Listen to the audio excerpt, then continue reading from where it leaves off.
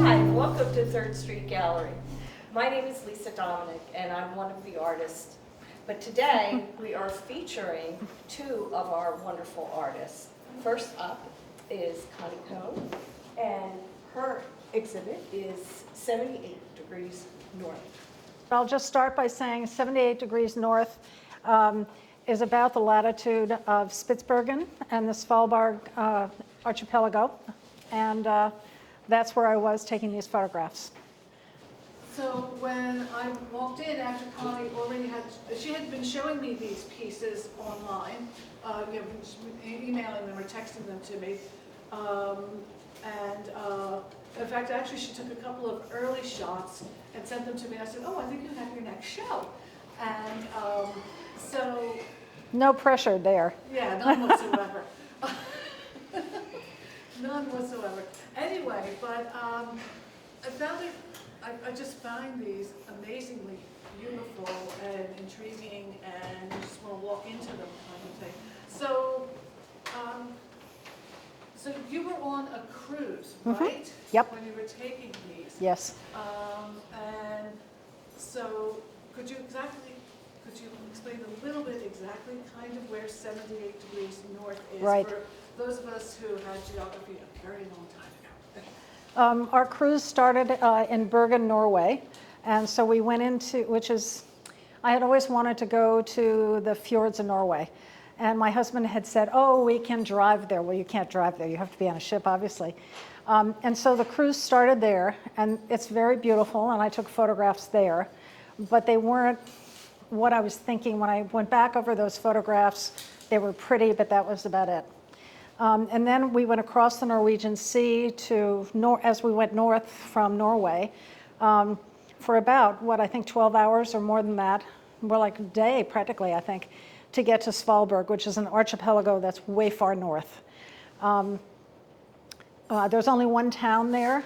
As I was explaining to some people, if you're going to get off a ship and stand on land there or walk on land, you need to have a long gun and a pistol because of all the polar bears. There are more polar bears there than there are people. So we were on the ship going into fjords in Spitsbergen. And then some days we were in inflatable Zodiac boats, which held about, I think 16 people. And so we would cruise around through the icebergs. Some days we got off and walked around. This was fairly forbidding, and so we couldn't walk there because the glaciers come right down to the sea. So there's no beach on which to walk. It was just absolutely incredible.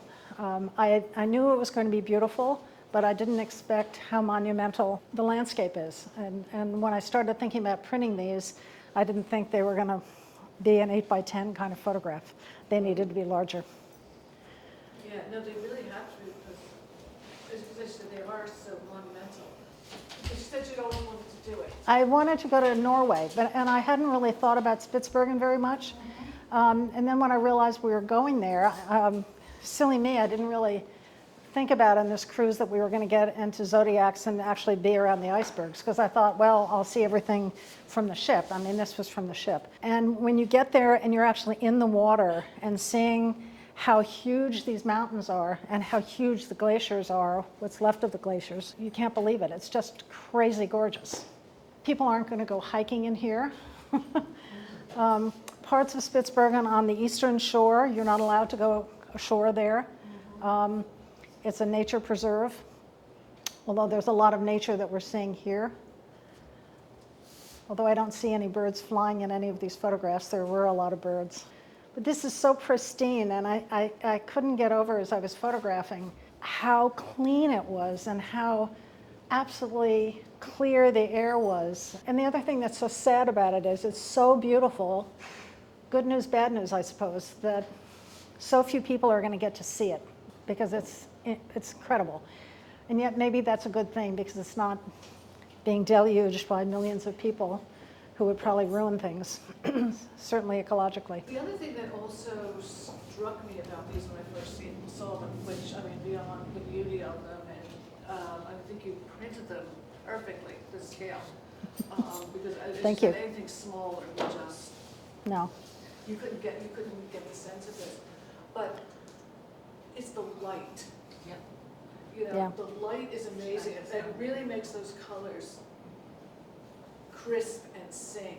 Mm-hmm. And, you know, you and I had talked about it, that I've done photography in Scotland and have found the light there. And I know Lisa has done art in Ireland, and she and I have talked about the light. Mm-hmm. So can you talk a little bit about that, you know, how Yeah. you were finding when you were there? Well, you know, it's interesting. Trish and I had talked about this. We go out to Illinois fairly frequently.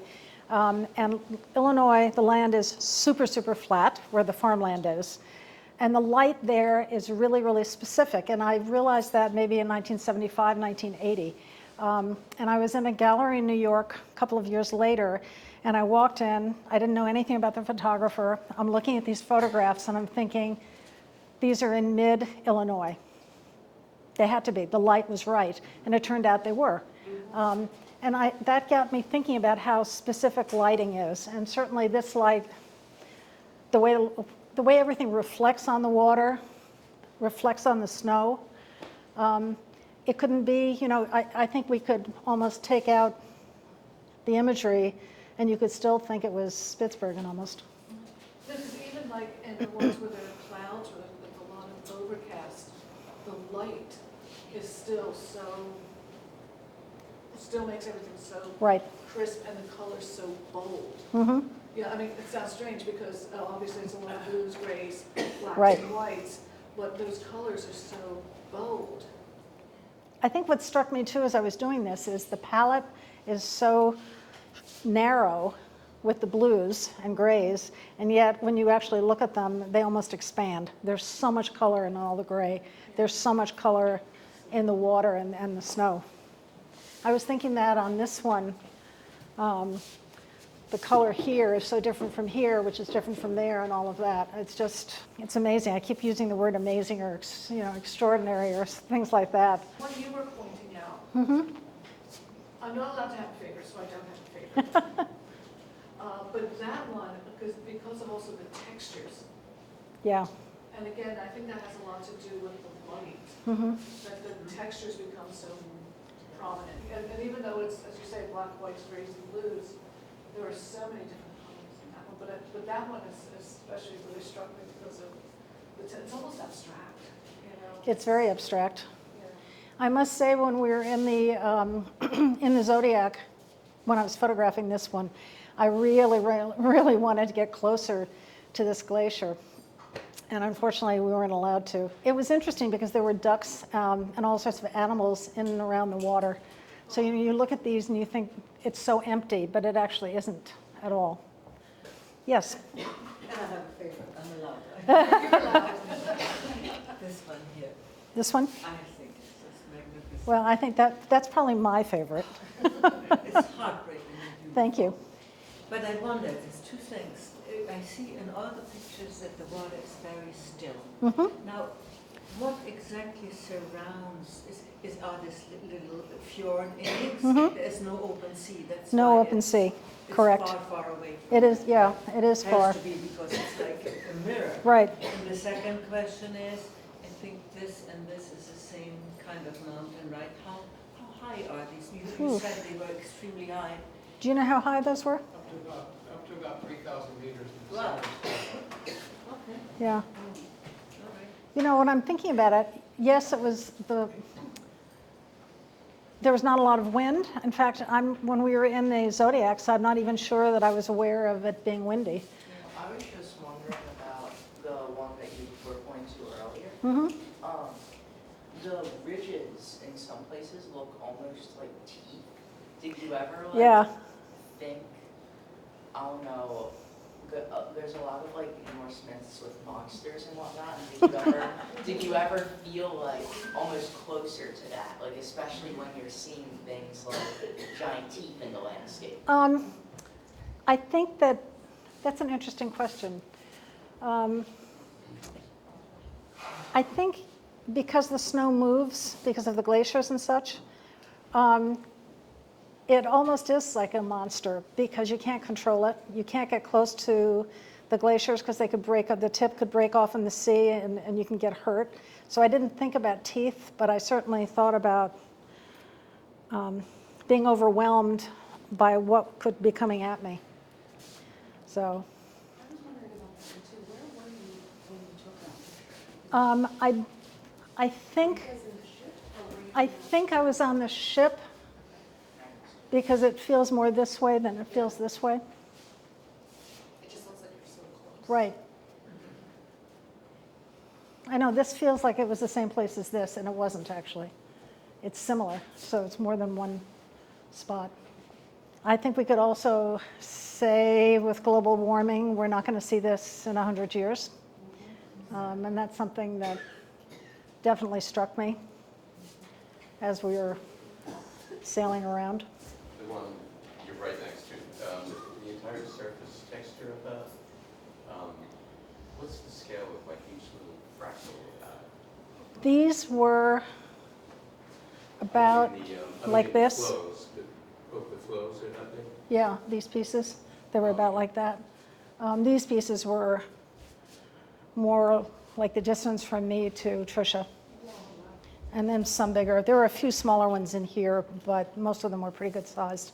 I thought when I was going back over the photographs, this one really struck me as being like a flower. You know, these wildflowers in a big field. You have to dream, you have to fantasize, you know, when you're an artist. So. How hard was it for you to choose Um, this show? Of all the- Well, there's at a first lot I of thought I was photos. only going to do 6, and then I did more, and there were actually 2 more in this series, but they didn't really fit together with this. So pretty much these are, you know, I kept looking at all the photographs I'd taken. I hadn't taken tons. I've never, because when I first started photographing, I was using an 8x10 camera or 11x14, so that's sheet film. So you can't snap away, you know, 100 shots. It's like you have to, okay, that's the shot and take it, and then that's the shot and take it. So even with a small camera, I don't overshoot. I wasn't taking a photograph unless I thought it was going to be an interesting thing to look at. I think that's probably the best way to say it. Yeah. I just wanted to add some comments about light, because I went to Ireland and I kept taking pictures of the sky. Yeah. It was just like wonderful. Yes, I know exactly what you're talking about. And there is, but I was saying to Connie also that in Bilbao, which I'm a geography nerd, so please bear with me. It's on the same latitude as Chicago, which is Illinois. Yeah, The light isn't the same. It's not that crisp, sharp. because the reflections can't be the same, and I think Yeah. that's what we're talking about. Yeah. So, but yes, Ireland has its own color and its own light. There's no question. So, very green. With a lot of very dirty sheep, I must say. Well, thank you, everybody.